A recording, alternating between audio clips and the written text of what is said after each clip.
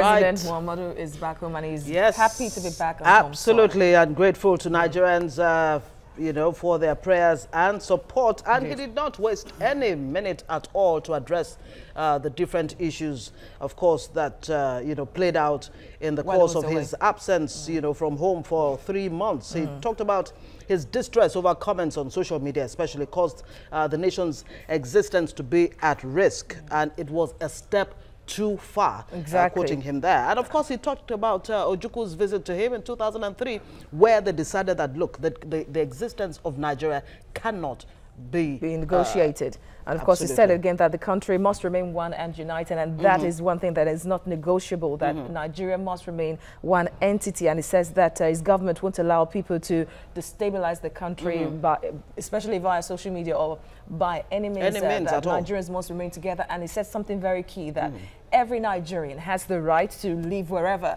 work wherever as Nigerians, that without their security and safety, of course, is assured, that they shouldn't be pushed out of any region. While not discountenancing the fact that every Nigerian has the right to air their grievances, of course, and they should be allowed to air, you know, whatever their issues are. But of course, that the National Assembly is the legitimate and appropriate body for national discourse, which is really true. And he has said again and again, better one than apart. That's talking about Nigeria. We're better united as a nation than apart. And of course, you talked about reinvigorating, of course, reinforcing the fight against Boko Haram terrorists, of course, which we have to note at this point became more emboldened by weeks past, you know. And I'm saying that the federal government is going to reinforce and, of course, ensure that the country is safe and, of course, make sure that no one destabilizes the country in any way. So apart from terrorism, any act that could destabilize the country would be dealt with. Absolutely. And of course, talking to the Nigerian military, they cannot afford to rest on their oars, you know, so we don't lose whatever grounds that have been gained over the years in the war against Boko Haram. And of course, he said criminals must be fought to a standstill, and so we can live in peace as a nation. But of course, Boko Haram targeting soft targets, kidnappers, ethnic violence, and all of that will be met. You know, they'll be tackled, they'll be met head on. And he said, look, we need to eschew ethnic differences and, you know, face our common challenges. And what are our common challenges? Poverty. You know, lack of basic infrastructure, unemployment. You know, we have 10 million kids out of school and all of that. Those are the things that we should be looking at, and not whether your brother is Yoruba, Igbo, or Calabar from the Niger Delta. And the Nigerians shouldn't listen to people that would foment trouble, and then once the kitchen is hot, they flee. People like that shouldn't be listened to, and saying that, of course, his government is still committed to ensuring peace, security. Absolutely. You know, and he ended that with saying, I'm glad to be home. And many Nigerians really are glad that the president is home. The president who arrived on Saturday with the Eagle One looked much stronger than the one that returned the last time he came back home. Of course, he left the country May 7th. He was away from the country 103 days or so. Indeed. And of course, he kept saying that he was okay, that wasn't really sick, that was just acting on the orders of the doctor. And so joining us in the studio to discuss this further, of course, you know, talk about the president's speech you just watched on our channel, is the executive chairman, Committee for the Protection of People's Mandate, Nelson Ikujimi. Good morning to you. Good morning. Thank you for having me. Of course, we have joining us via Skype from Port Harcourt is the Secretary General of Ijaw Youth Council, Alfred Kemepadu. Thank you for joining us on the show. Good morning. Thanks for having me. How you doing? All right, so thank you. We'll get to you in a bit. Now, let me start with you, Nelson. The president is back. And of course, are you assured as a Nigerian now of what he just said? Well, thank you very much. I give glory to God that the president is back in the country. And I also give glory to God that this morning the president has come out clearly as the father of the nation to admonish Nigerians, as well as those who are hell-bent on causing mischief and, you know, raising the tension in the country, that they better be warned that we have a legitimate government in power. And also the president has made it very clear that the National Assembly and the state houses of assembly are medium for expressing, you know, people's agitations, because those are the democratically representatives of the people. So by and large, I am very, very happy. I listened to Mr. President's speech, and, you know, it has rekindled my hope in the country, in his administration, that, you know, by the grace of the Almighty, because we are all human beings, you know, like we say, man proposes, God disposes, that we are on the right track. All right, let me take this to Alfred Kemekwado. Then that's the Secretary General of the Joy Youth Council. I believe you listened to the President's speech, very short and sharp and firm. How reassuring are these words coming from the President, well, first Monday after his return to the country? Basically, we're glad to have him back. The speeches are reassuring, but more reassuring is his presence and to hear his commanding tone again. Basically, what we should concentrate on more is what the President has said. We should concentrate more on building the nation and making it a better place, bringing all our best cards on the deck rather than divisive and avoidable speeches. Well, there are those who are saying that, you know, we're glad the President is back, but some other groups are saying, why do we need to celebrate the President's return? That we need to ask questions as to where is the country going from here. The issues of restructuring, the issues of recession and all of that are very much on ground. What is the way forward for the country? They expect the President to state clearly where Nigeria is going here on. Well, as the days go by, we will expect that from the President. We expect that now that he's back, he will consolidate on the gains he had made in acting capacity when Professor Sibanjo was steering the ship of state while he was away.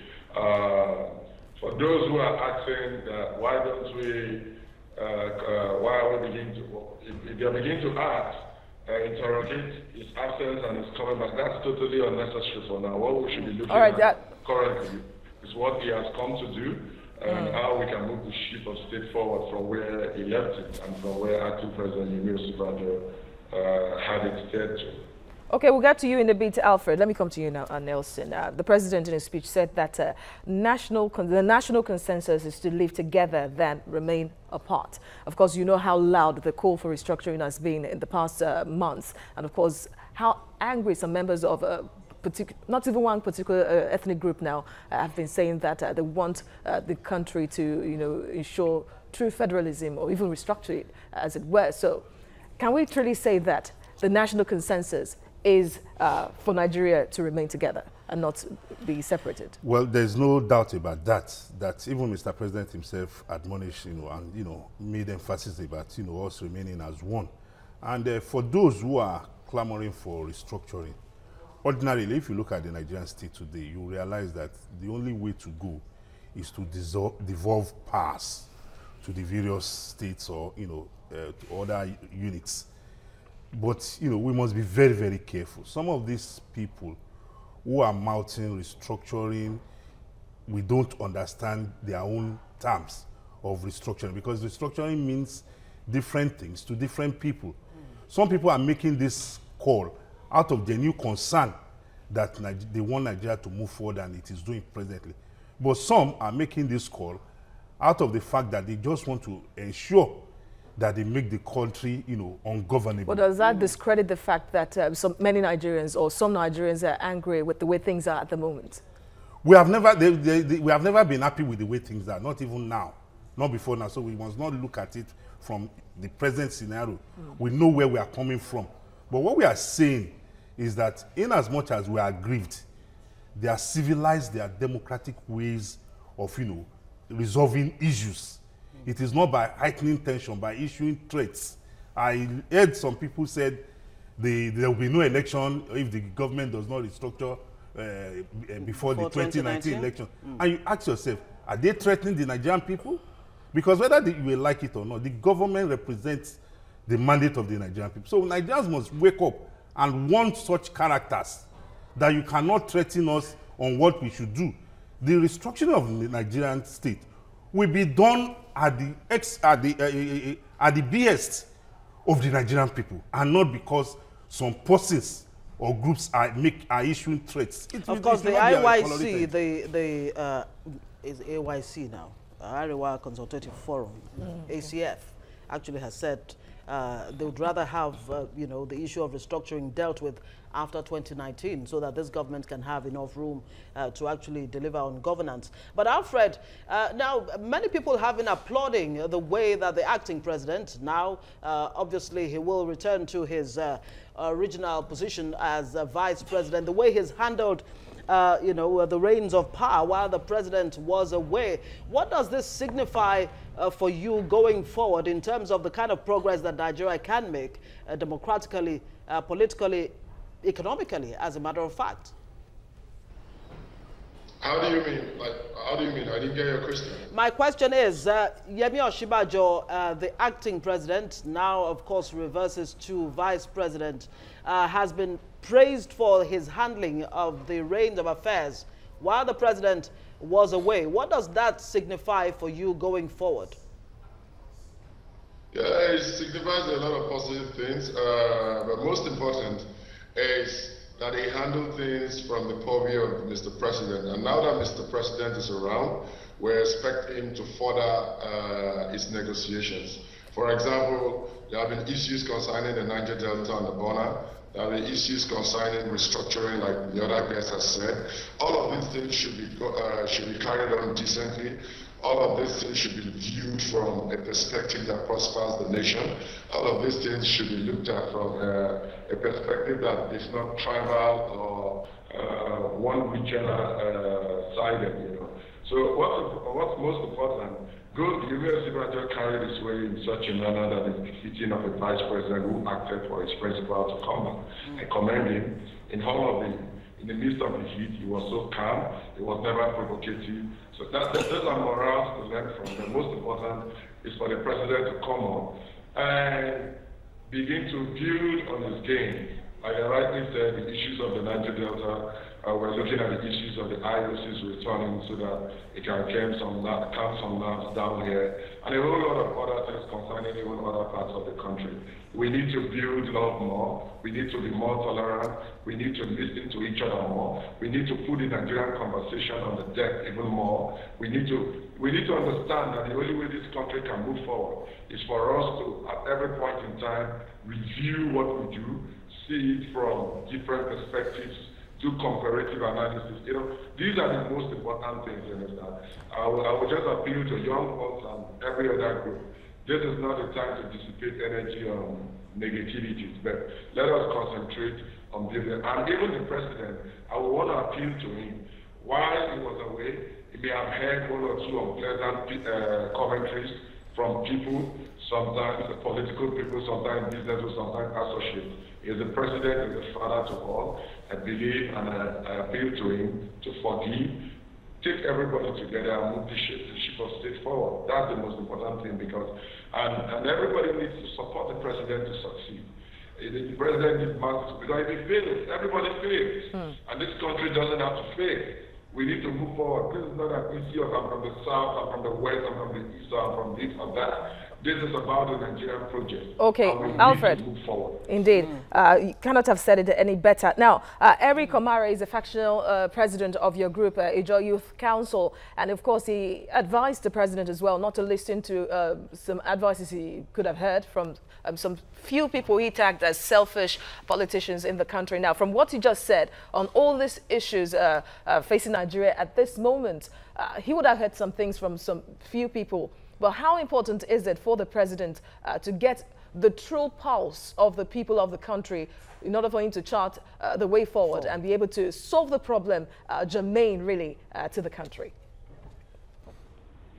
First of all, there are no factional presidents. The only president we have is Barrister Perez William. But aside that, coming back to your question, what the president needs to do is to dialogue more and begin to see every problem from the point of its merit, you know, because you see, problems are peculiar. What disturbs those from the south may be different. Nigeria is a deep state, like we said, it's a federal republic. So what the president needs to do is to listen more, is to interact more, is to interrogate more. But in all of this, the president needs to do this with an open mind to solving the problems, you understand? Because, you see, I've also been around the political realm for a while. There's a tendency for sycophancy, there's a tendency for nepotism, there's a tendency for those who may have constituted themselves into a form of cabal to want to witch on another thing. The president does not need all of that. You will agree with me that part of what may have caused some problems that is far gone a bit in the past is the body language of some people. You remember when the president was sworn in, some people overzealously had to say they don't want to see some organizations around the president. You see, what the president needs to stick to at this particular point in time in his approach is his original comment that it belongs to nobody and it belongs to everybody. So you should take everybody like that. Take it. See, Nigeria is a very prosperous country. We only need to look at it. It's a country that oil is the least of the potentials we have. So the president needs to open up his mind.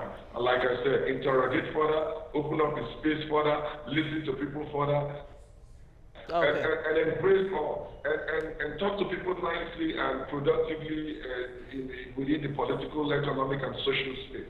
I think we'll make good progress. I believe in this president. I believe in his discipline. I believe in his stature. And I think we'll make real progress by the grace of God. All right, very colossal stature there as he arrived at the Nnamdi Azikiwe Airport on Saturday. Now, the leader of the APC, Asiwaju Bola Ahmed Tinubu, has said Buhari's recovery is both real and symbolic for Nigeria, and that the fact that Buhari could recover, come back stronger, it signals that Nigeria can actually come back from whatever challenges it is going through now. But Alfred talked about the cabals, and if you recall, only last week, the former EFCC chairman, Ribadu, actually came out with a damning statement saying that both within this government and outside, the elements who don't want the anti-corruption war, for example, to succeed, which is a major plank on which this government stands. Going forward, how do you think Buhari can actually handle all of these challenges, especially the major issue that he's here to tackle, corruption? Well, I think we should not make corruption the only issue. We should also look at the fight against insurgents, because if you are fighting corruption and terrorists or insurgents are killing your people, if you eventually win the war against corruption, who will be alive to benefit from that war? So it is important for us to realize that the role of government in any society is all encompassing. But in as much as we have said that, the president, we all know that this is a tested and trusted gentleman who has paid his dues in the military, and today is the president of the Federal Republic of Nigeria. And you know how the man has traversed, his journey in life. And, destiny has entrusted this responsibility on his shoulders. I believe strongly that Mr. President is aware of all these challenges, because from the broadcast he made this morning, he said he kept tab with happenings at home. So that shows you clearly that Mr. President is well abreast with happenings. But how important is it for the president to show that he, like Alfred said, that he belongs to everyone but belongs to nobody? Recall he addressed the nation, especially Muslims, during the Eid al-Fitr celebration in Hausa, and that irked many Nigerians. That why would the president of a nation address Muslims during their festival in his own language? Why not in English? Well, I'm not the presidential spokesperson, but I believe very well that Mr. President is a very religious man that we all acknowledge. If he has addressed the Muslim faithfuls in the Hausa language, I wouldn't know the reason why he did that. But I don't think it is out of place to celebrate, to address people in that language. I think what we should have done is to have translated that address to English, in order for those Muslims who are not of the Hausa speaking stock to also believe that they are also being spoken to by Mr. President. But isn't that why many Nigerians actually argue that the president himself has provided the platform for all this ethnic tensions going on? The selection of ministers, of cabinet, the key cabinet positions and all of that? I don't think so. I think we must recognize one fact, that Mr. President is a human being. He's not God, and he's not a saint. So if you expect Mr. President to be perfect, then I'm sure you are going to have to look up to God for that. Mr. President is a mere mortal like you and I. So he's prone to making mistakes, genuine mistakes. So if anybody says because Mr. President has made a mistake and you want to latch on to that, well, too bad for you. I think the larger picture should be what we should be concerned about. That, look, Mr. President, you have made a mistake there, but please don't let it repeat itself. Because Mr. President is the representative of the Nigerian people. He sits on that throne because of the mandate given to him by the Nigerian people. So he should learn from his mistake. Yes, he should learn from his mistake. All right, Erica, because of time. Erica, let me quickly ask you, Alfred, rather. Oh, I was saying Eric. Alfred, yes. Yes, now that the president is back, and of course you're saying that you're happy and you're hopeful that things are going to be better. So on the issue of international oil companies as IOCs relocating to the Niger Delta, will the threat issued out by the group now be cancelled with the hope that the president is going to ensure these companies relocate to your region? What use is, there was no threat, there was just an ultimatum. An ultimatum is a form of a firm request. We wouldn't threaten the Federal Republic, we are too civil for that, as the Joint Councils and the new Joints. But coming back to your question, if the President also firmly and sternly ordered that the IOCs begin to move down and let their presence be felt here in the Niger Delta, we will not just be glad, we will even celebrate more of such commentaries. That is what we want. We want the IOCs to come back here, live close to this place, develop this region for our people by creating jobs, employment, and not leading all of this lies that are told in some documents we have found out in the US that they fly from somewhere like Lagos, where you are, to Escravos for about 45 minutes and lie to IOCs that Lagos is the Niger Delta. We don't want all of that. We want the IOCs to operate here. We want the president to begin to look at the whole issue of restructuring, even the economy. You see, Oloibri oil well, where oil was first found, is a metaphor for showing that oil can dry up someday. We want the president to also begin to look at an economy beyond oil. As Niger Deltas, we need a cleaner environment like ourselves. So hopefully, we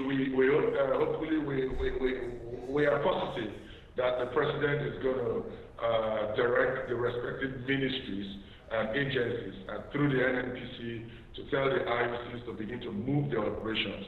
And gladly, let me also tell you, the state governments here, like the Bayelsa state government and governor, has offered them land for free for so many of the operations, and we the youth, we are very ready to receive them, work with them, give them the immediate environment that will make them enjoy it like no other. Okay, all right. Like I rightly said. All right, we don't have much time. Nelson, it's not only the Niger Delta that has issues. There are problems in the northeast, the southeast, and every part of Nigeria. Even the Yoruba group is planning a protest in September to call for restructuring. Indeed, indeed. Everybody is talking about restructuring and all of that. But now, is Buhari's return the beginning of good things to come for Nigeria? Is this when this government really starts? You see, we can't speak with finality the way you want me to express myself, because I don't have, I don't have the pass as a mortal to do that. Do you feel a sense of new energy? I'm very, very optimistic. I'm very, very hopeful that Mr. President being back, my prayer is that God should continue to renew his strength, his commitment, and God should grant him wisdom, because it is God that can direct man to do that which is right. So I'm very, very hopeful that with our prayers and the support of all Nigerians, because don't forget, Mr. President alone cannot solve the problem of Nigerians. We ourselves as citizens, we have a role to play. So let everybody in your little domain play your own role as a responsible and patriotic citizen of the Federal Republic. Very well said. Nelson Ekujimi, thank you so much for your time. And of course, Alfred Kemekbabo speaking with us via Skype there from the Niger Delta region.